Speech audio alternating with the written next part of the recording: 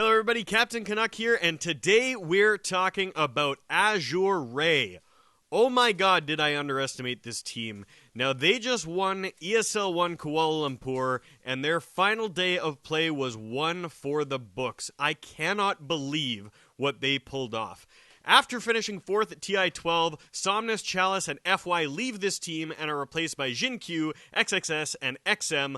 Lots of X's in there. But just as important, LanM leaves, and somebody I've never heard of, Lycus, I hope I'm pronouncing that right, comes in as a coach. Now, it looks like he was kind of a Tier 2 player in China with middling results in some minor regional events, jumps to coaching in 2022 with some minor teams, and then joins Azure Ray, and boom, they win a huge international event.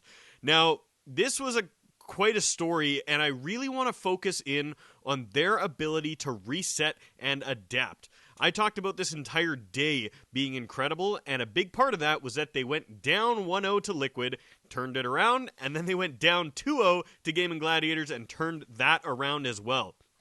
In total, Azure Ray played 8 games of Dota in a row and reverse sweep 2 series, which is absolutely insane. Now, even better than that, they beat Gaming Gladiators, who have won basically every major except for TI through the last year, and in an interview said that AR looked like shit against them and that they weren't afraid to play them. So, man, that has got to feel good. Now, like I said, I want to talk about how they were able to kind of reset and adapt, and particularly like how you just reset in Dota in general. I played semi-competitive for quite a while, and this is something that teams always struggle with. You know, you get down that first game in a series, and you're just down on yourself. You're like, how do you, like, what do we do? We suck. We played so bad. They kicked our ass. What do you do? Like, how do you get yourself back in the game? And in my opinion, you got 2 avenues to go down when you're in that position. When you're really stuck, you're up against the wall, it's an elimination game, you're down in a series, you got 2 things you can do. One, you either just go comfort, you tell everybody, hey, we're going to play this like a pub, you tell me the hero you want to play, you tell me what looks good, play it like it's just every day, and we're just gonna go back to basics, you know? That's a solid way, that's what a lot of teams do, that's how OG won TI finals in the past. But the other option that you have, which is sometimes more fun, is you go for a pocket strat. You go for something crazy. You go for something a little off the wall, something that you maybe ran a couple times in a scrim that like seemed cheesy, but hey, it might work. And in this first series against Liquid, AR go for the pocket strat. They whip out a mid bounty hunter that seemingly comes out of nowhere. They have not played bounty hunter once this entire tournament, and in an interview they admitted that they had scripted it a couple times, but they had never really played it before in like a competitive setting.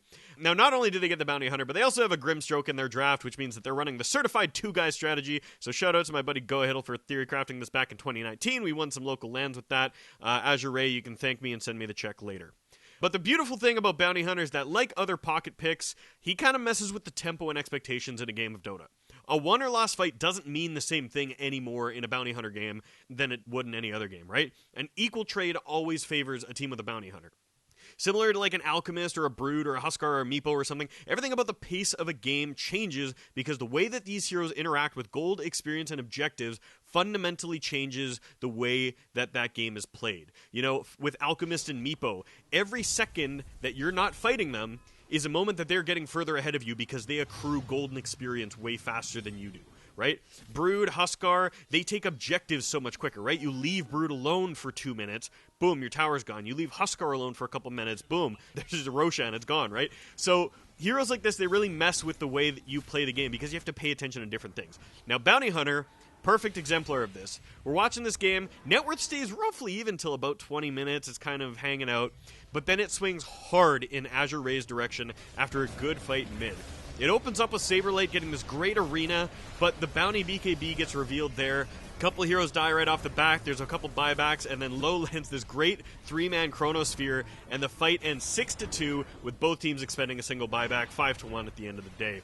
This is followed up a couple minutes later by a Roche fight around 27 minutes here. XXS just charges right in with the Primal Beast. He BKBs up to open up the fight, and he can basically see everything. And as slowly as this fight progresses, the tracks start getting applied, shurikens get tossed, heroes get softened up, and they're visible now. They can be seen. And Low lines up this great Chronosphere, lands it, gets a couple kills, and then he just spends the rest of the fight dancing around the weakened heroes as they slowly chip him down. Another 5-for-1 fight. Now, Low benefits huge from this track gold this game, and he's accelerated in a huge way. I think the commentators were talking about how farming items have gotten a little more expensive in this patch, like, Maelstrom and Mask of Madness, a little more expensive. But with the track gold, Low gets off to this early start, gets a little bit of track gold, and boom, his game is just to the moon. I think he ends this game with like 800 and something GPM. It was nuts. But yeah, a few great fights, an ever-increasing gold lead, and this game's basically in the bag. Snowballs from there, and easy game 2 for Azure Ray. They end up bringing back that series, head to the grand finals up against Game & Gladiators. Now, in this second series, I was talking about two different strategies, right? You go cheese strat, you go something a little off the wall, or you go comfort. And I think in this second series, they got up against the wall, they lost a couple games, and they said, you know what, we got to go back to basics, we got to go back to comfort. In the final 3 games of this series, XM gets 3 of his top 6 most played pub heroes, and Low gets 2 of his 4 most played heroes. And they go back to the Phoenix for games 3 and 5, which was their most played hero at the event with a 77.7% win rate. So they are in their element in these 3 games. They decide, you know what, we're going to go with what works for us. Azure Ray makes sure that they're responding to Game & Gladiators' early aggression too, and I think this is key. The response in the gameplay is really what brings this back. There's this clip here right around 10 minutes. Game & Gladiators are posturing for this fight mid. They bring everybody, including an Underlord portal. They think they're going to have numbers on it, but Azure Ray are ready for it, and every single member of their team teleports to show up for that fight.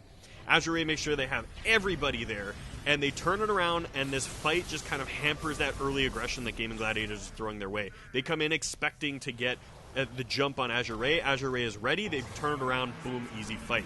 Then they do the same thing at 11 minutes, 30 seconds here. They bring their whole team up top to respond to Game & Gladiators pushing their tier 1.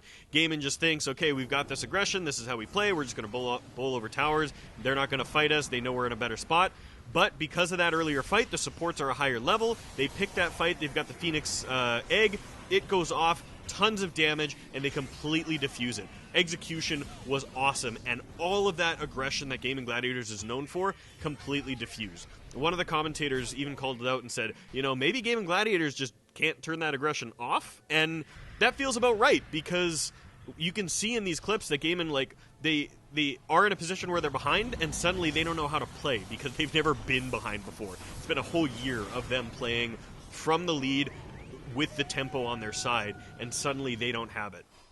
So Azure Ray turns that around, and the game just snowballs from this point. XM is a fed storm. He's off to the races. Ends this game with a score of 30-5. So Azure Ray clean that one out and go on to win games 4 and 5 in a pretty similar fashion. They draft very comfortably. They respond to Game & Gladiators early, and their execution at all points was absolutely stellar. Few interesting notes about the series. Their play around Phoenix was huge. Their utilization of this hero in games 3 and 5, especially when it was paired with or against the Void, was super crucial to their wins. It poured a ton of damage into the Chronosphere, and when it was paired up against the Void in game 5, it provided so much damage and the threat of the stun that Void wasn't able to get much out of his Chronos as well. Absolutely awesome. I think also in game 5, their redundant saves also just made life hell for the Void, the Pango, the Beastmaster. You've got the Outworld Devourer with the Shadow Demon. It's just so, who do you go on, right? Anybody you choose as your target is just saved. And so they just had an awesome draft there. I think just overall, their adaptation and their drafting in this series was just so intelligent. It was so dynamic. And to me, this is something that might be born of having this younger, newer coach in there. I don't know if Lanham would have adapted that way. He might have been a little more bullheaded and said, hey, no, we're sticking to our guns, we're playing what we know. But this younger, newer draft from Azure Ray, they pivoted, and it worked. Now, a couple of other interesting notes about this series. Azure Ray actually declined a meal break after Game 3 in the Grand Final. So they had just played 6 games in a row, and ESL had scheduled an extra time between games for the teams to have some food, as they thought it was going to go long, and both teams decided to decline the break and just play straight through. So they go straight into game number 4, and Azure Ray, they're just running on pure adrenaline at this point, take it all the way through. Another interesting note I saw on Reddit, which was that apparently the CEO of Azure Ray, or the owner of the organization, told the players that he'd buy them a bottle of booze if they managed to get into the other team's fountain if they got a touchdown. And you can see in this little clip here, Lowe's going for it at the end of this game. So that was hilarious as well. Final other interesting note, Knoxville tweeted this out afterwards. This finals was apparently the 6th shortest full best-of-5 LAN series of all time, just barely eking out the TI5 Grand Finals between Navi and Alliance, coming in just a minute shorter. So overall, very short series. Final closing thoughts, though. I think their ability to reset and find their game was super critical here. I just love what this new, younger roster of Chinese players looks like. And I've talked before about how I think China is going to have a hard time developing new talent and that EU is the future. But AR might have just changed my mind. I think this was just such a special tournament for them. And to be able to have the mental fortitude to turn 2 series completely back around was absolutely insane. Anyways, I want to hear what you guys think down below. What do you think about resetting in a tough series? Is it all just mental fortitude and stoicism? Or does the draft play as big a part as I described in talking about kind of the heroes that you pick and stuff? Is this a new era for Chinese Dota, and do Azure Ray represent something new and exciting? And does this win happen with, some of the old players, with Lanham behind the bench? Also, what did you just think of the series overall? Do you have any favorite moments or best fights or anything? Like, this entire tournament was crazy, and it was just capped off with absolutely the best finals I've seen in a long time. I was super excited about it. Let me know what you guys think down below. It was awesome checking this out. You're all beautiful. Thank you so much for watching, and I will catch you guys again next time. Cheers.